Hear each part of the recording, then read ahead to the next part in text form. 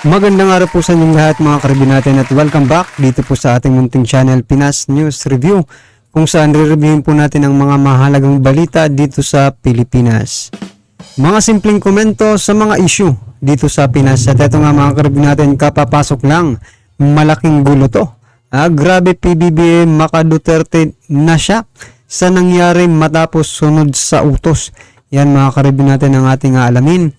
Mula po rito sa channel ni The News Board, yan nasa description po ang full video link ng balitang ito. Subscribe na po kayo. At kung bago ka pa lang at di pa po nakapag-subscribe sa ating munting channel, please don't forget to subscribe. At i-click na rin po ang bell notification para updated ka po sa lahat ng ina-uploads nating reaction video. At ito na nga, sama-sama at sabay-sabay po natin pakinggan, panoorin at bigyan ng reaksyon ang balitang ito. Ito na po.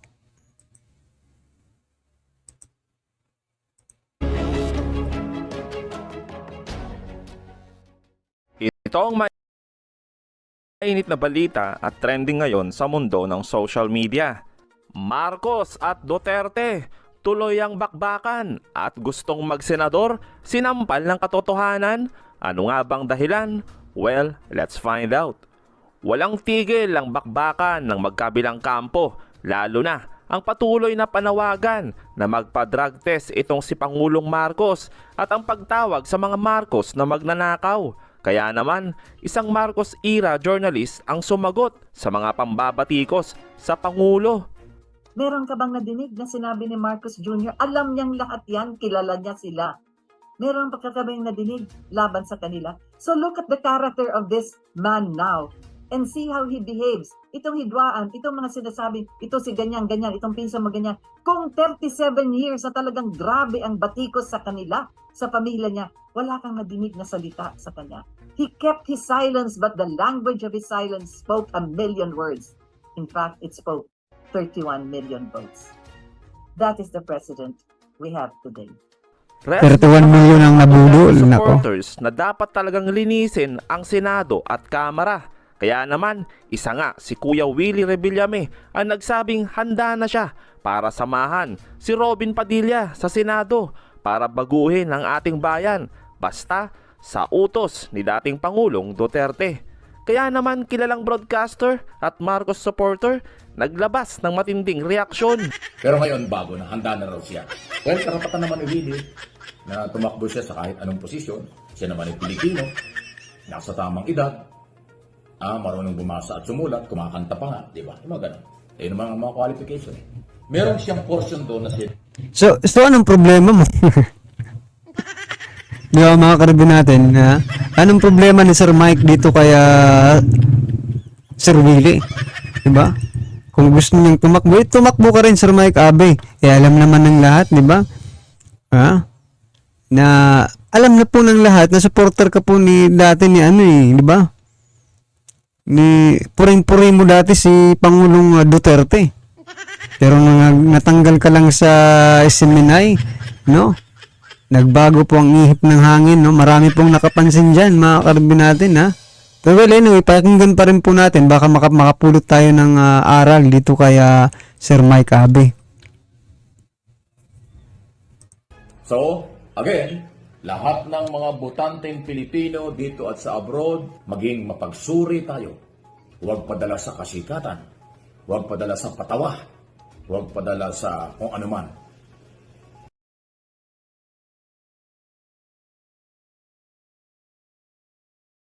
Yan nga po mga karibin natin, minsan na po tayong nagsuri at binusisi yung pagkatao, no? Pero nabudol pa rin tayo diba? Aminin man natin sa hindi, nabudol po tayo. 31 million. Ako, umaamin po ako. Ibinuto ko naman yun diba? Pero iba po iba na po yung pinangako niya nung nakaraang eleksyon sa ginagawa nila ngayon, no? Sabi nga ng asawa niya sa isang pagbati kaya nung manager no sa PCSO, sama-sama tayong maging milyonaryo. Sila lang pala makakaribin natin, di ba? Hindi ang taong bayan ang kanilang priority. Di ba nagdala na kayo? Di ba nagsisisi na kayo? Matapos naman ang matinding pahayag ni Baste Duterte kay Senator Amy, abay malaking tanong ngayon ng mga Duterte supporter, saan na nga ba pupulutin ang senadora? Paano mo pa ipagtatanggol yan? Nakikisaw-saw si Amy sa Duterte na kunwari, kontra siya sa kapatid niya. O binara ni Baste. Di tapos na siya sa Duterte. Saan pa siya pupulutin? Ang tanong, pagbalik niya ba sa angkan niya, tatanggapin siya ni Lisa? Siguro naman, obvious natin na hindi magkasundo si Lisa tsaka si Amy. Paano siya babalik dun? Palagay ko, tatanggapin ka ng dilaw. Kasi sa Marcos tsaka So, again, lahat ng mga botanteng Pilipino dito at sa abroad, maging mapagsuri tayo. Huwag si Lisa tsaka si Amy. Paano siya babalik dun? Palagay ko, tatanggapin ka ng dilaw. Kasi sa Marcos tsaka DDS malabo ka na. At dahil nga sa kaliwat kanang bakbakan ng Marcos at Duterte, abay Bitag Ben Tulfo nagsalita na patungkol dito. Mali rin po ditong sa dating Pangulo natin na with due respect, and then medyo nakaupo na ang Pangulo, if you have nothing good to say, I think it's best not to say anything and let the people decide. Mali din po ang pagsasalita ng Pangulong Duterte laban sa kasalukuyang terminong nakaupo. Kung sino si BBM.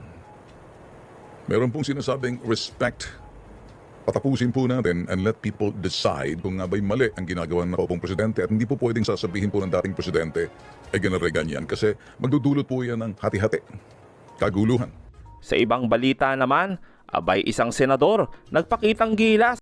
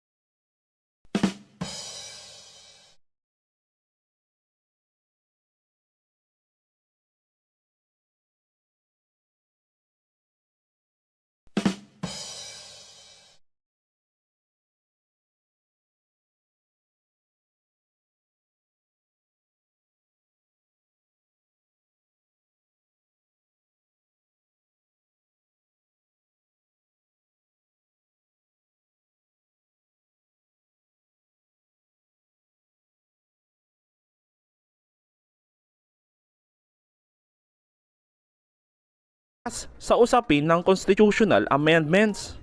Noon pa man, batid naman po ninyo ang aking damdamin tungkol sa pag-amyenda ng ating saligang batas. Simula nang ako ay mahalal bilang senador at may talagang tagapangulo ng kumiting ito, ay isinulong na po ng inyong lingkod ang mga mungkahing susog, partikular sa mga pang-ekonomiyang probisyon na sa aking paniniwala ay nagiging hadlang sa ating pag-arangkada tungo sa tunay na pag-unlad. Subukan po nating lagyan ng konteksto. Ang ilan sa mga economic provisions sa 1987 Constitution na hinahangad nating amendahan ay minana pa po natin sa mga naunang saligang batas.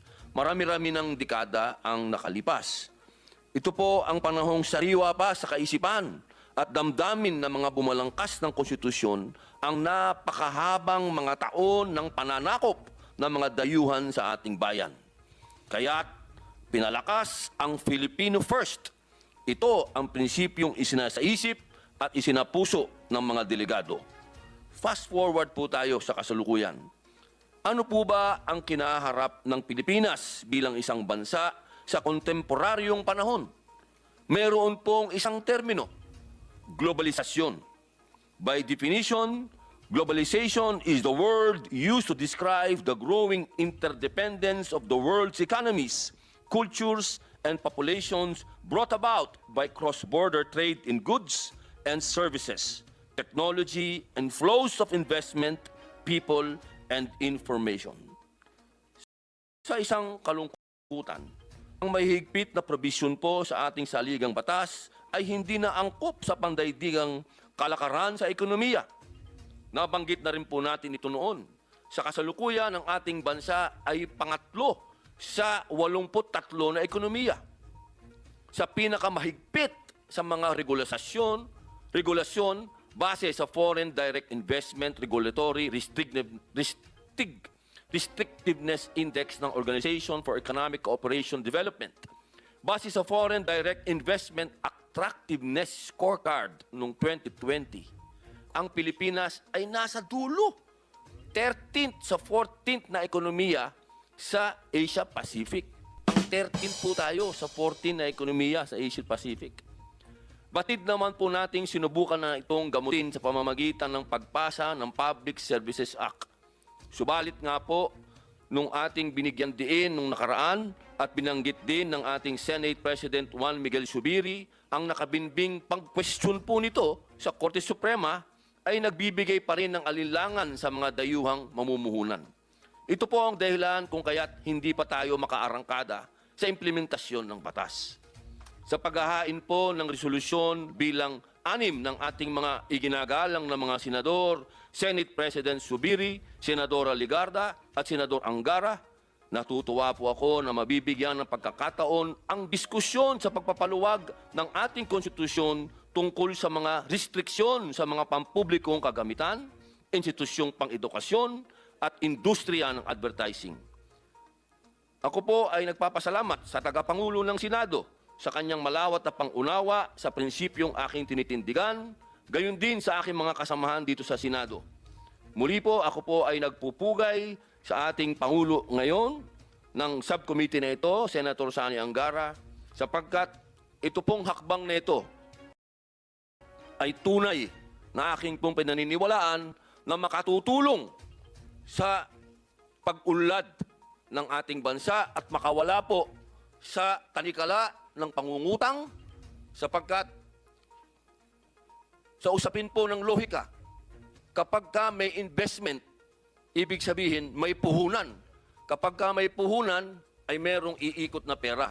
At pag umikot ng pera, magkakaroon po ng trabaho, magkakaroon ng tamang sweldo, at magkakaroon po ng ibig sabihin ng pagtakbo at pag-ikot ng ekonomiya. Kaya muli po, maraming salamat at mabuhay po. Maraming salamat, Chairperson Senator Robin Padilla, ang chair ng ating Committee on Constitutional Amendments. Thank you for the kind words, Senator Chairman Robin. Senator Amy. Yes, very briefly, as your former chairman of Economic Affairs, the truth is that I was in close contact with most of our foreign investors and locators almost daily, and never once did they mention a change in the Constitution. Each time they stated that there was a need for lower rates of electricity, infinitely better infrastructure, less red tape, and a predictable and reliable regulatory framework. At no point did they say that the Constitution needed to be changed. Having said that, So yan mga karabin natin na klarong-klaro. Mula po sa dating chair ng committee, diba? Si Senator Amy Marcos na walang problema ang konstitusyon, no, in terms of economy. Ang problema po kuryente, no? Ano pa yung sinabi niya kanina?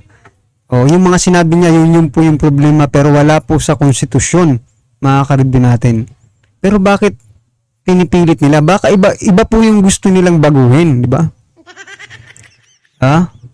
Baka yung term limits yung gusto nilang baguhin, kaya sila porsigido kahit pinagbabawalan na, no, ng ating presidente, patuloy pa rin po, no, ang pagpapipirma dyan sa People's Initiative na yan.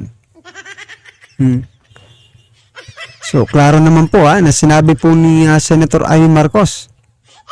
Well, anyway mga karabin natin, ano naman po ang inyong reaksyon? Lahat naman tayo may kanya-kanyang opinion. I-comment na lang po sa baba para tisa lang po ng ating mga kababayan ang inyo pong nararamdaman patungkol po sa balitang ito. Right? Kung bago ka pa lang at di pa po nakapag-subscribe sa ating munting channel, please don't forget to subscribe. At i-click na rin po ang bell notification para updated ka po sa lahat ng ina-upload sa nating reaction video. Yan mga karabin natin.